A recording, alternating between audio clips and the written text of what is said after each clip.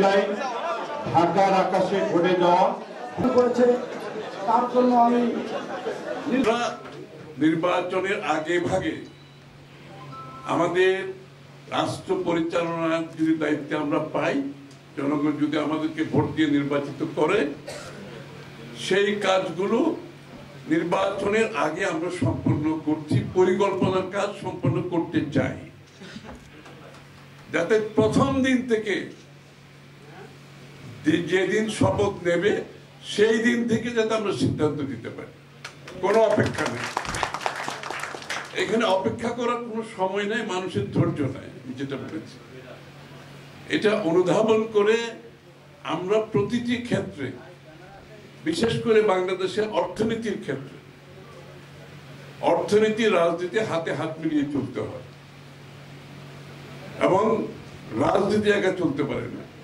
আমরা রাজনীতিতে যখন গণতন্ত্রের কথা বলি, অর্থনীতিতে যদি গণতন্ত্রায়ন না হয় তাহলে রাজনীতি চলতে পারবে।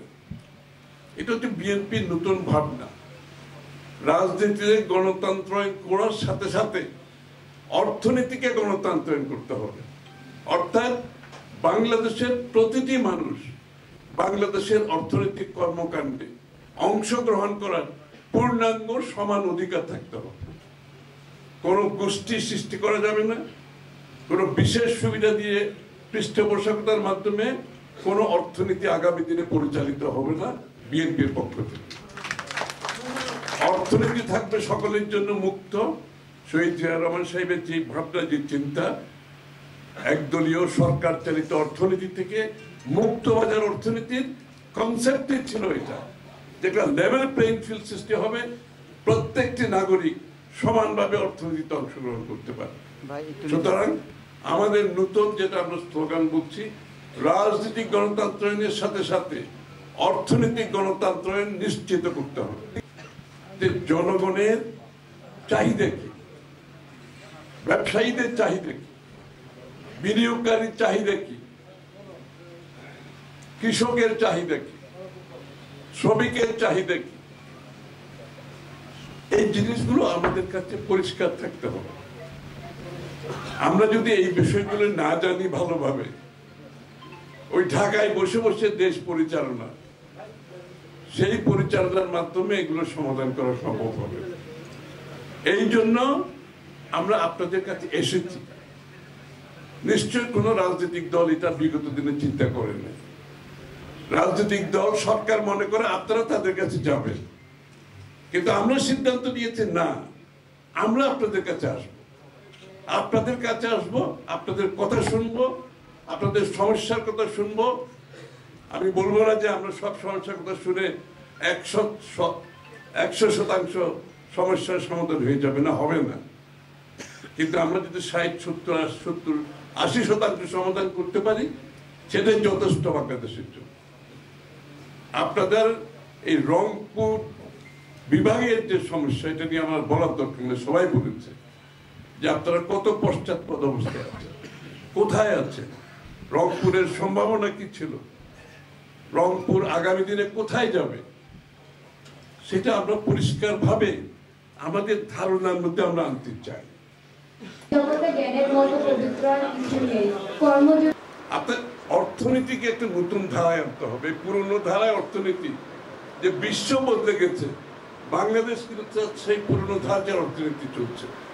এর মাধ্যমে আমরা যেখানে যেতে চাচ্ছি, যেই উচ্চতায় নিয়ে যেতে চাচ্ছি, সেখানে যাওয়া যাবে না। এই জন্য বড় বড় পরিবর্তন আমরা আনতে যাচ্ছি আগামী দিনে আমাদের নীতিমালায়, আমাদের বাস্তবায়নের ক্ষেত্রে। এই জন্য স্কিল ডেভেলপমেন্ট, আপনার কিন্তু স্কিল থাকতে হবে, এই কাজগুলো করার জন্য স্কিল থাকতে হবে। এই জন্য আমরা চাই রংপুরে স্কিল ডেভেলপমেন্ট সেন্টার আমরা স্থাপন করবো ইনশাআল্লাহ। এবং এখানে আমরা আস্তে আস্তে আমরা আজকে সৈয়দপুর থেকে আস্তে আস্তে আমি দেখলাম অনেক সরকারি বিল্ডিং পড়ে আছে খামাখা। এগুলো খালি নামে মাত্র কতগুলো প্রজেক্ট করেছে, আসলে এগুলোর বাস্তবায়নও ভালোভাবে হয়নি।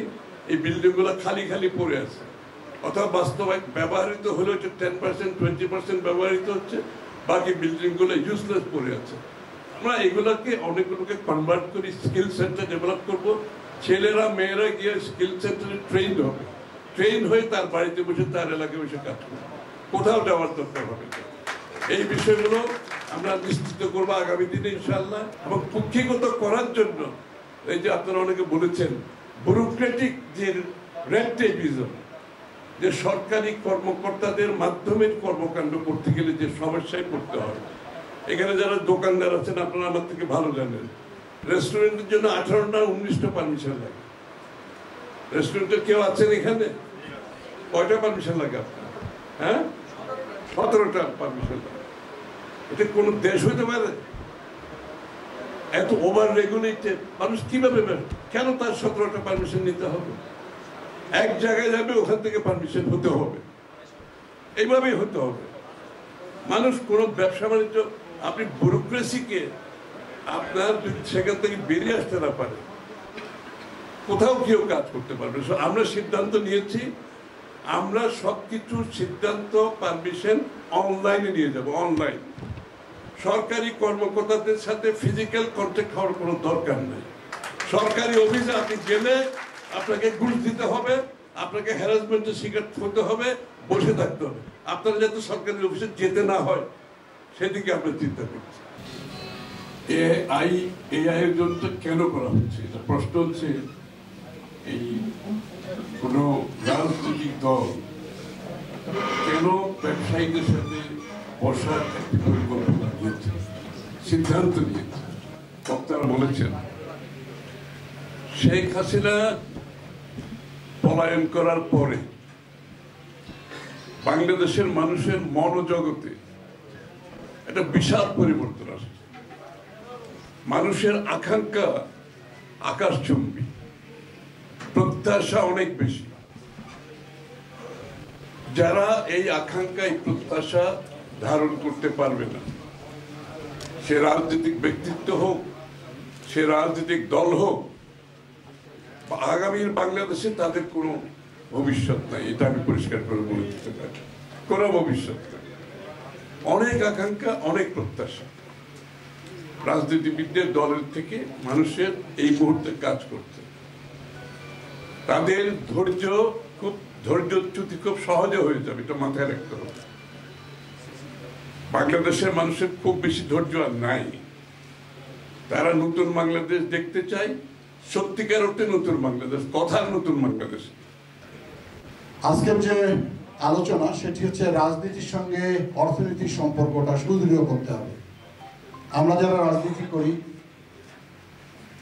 আমরা নীতি নির্ধারণ করব, আমরা পলিসি দিব কিভাবে বাংলাদেশের মানুষের উন্নয়ন করা সম্ভব, আর আপনারা সেখানে সহযোগী হিসাবে কাজ করবেন। 180 টাকা থেকে 200 টাকা করা হয়, তাহলে আমাদের আছে। তারপরও এবছর সরকার প্রতি কেজি 950 টাকা নির্ধারণ করে 8 ডিস্ট্রিক্ট সহ আমাদের রংপুরে মেট্রোপলিটন এবং উইমেন চেম্বার মোট 10টি চেম্বারের যারা সম্মানিত ডাইরেক্টরবৃন্দ, পরিচালকবৃন্দ এবং উপস্থিত নেতৃবৃন্দ কাছ থেকে রংপুর চেম্বারের জাতীয়তাবাদী দল রংপুর মহানগর শাখার সংগ্রামী আহ্বায়ক জনাব মঞ্জুর আহমেদ আজাদ থেকে আমাদের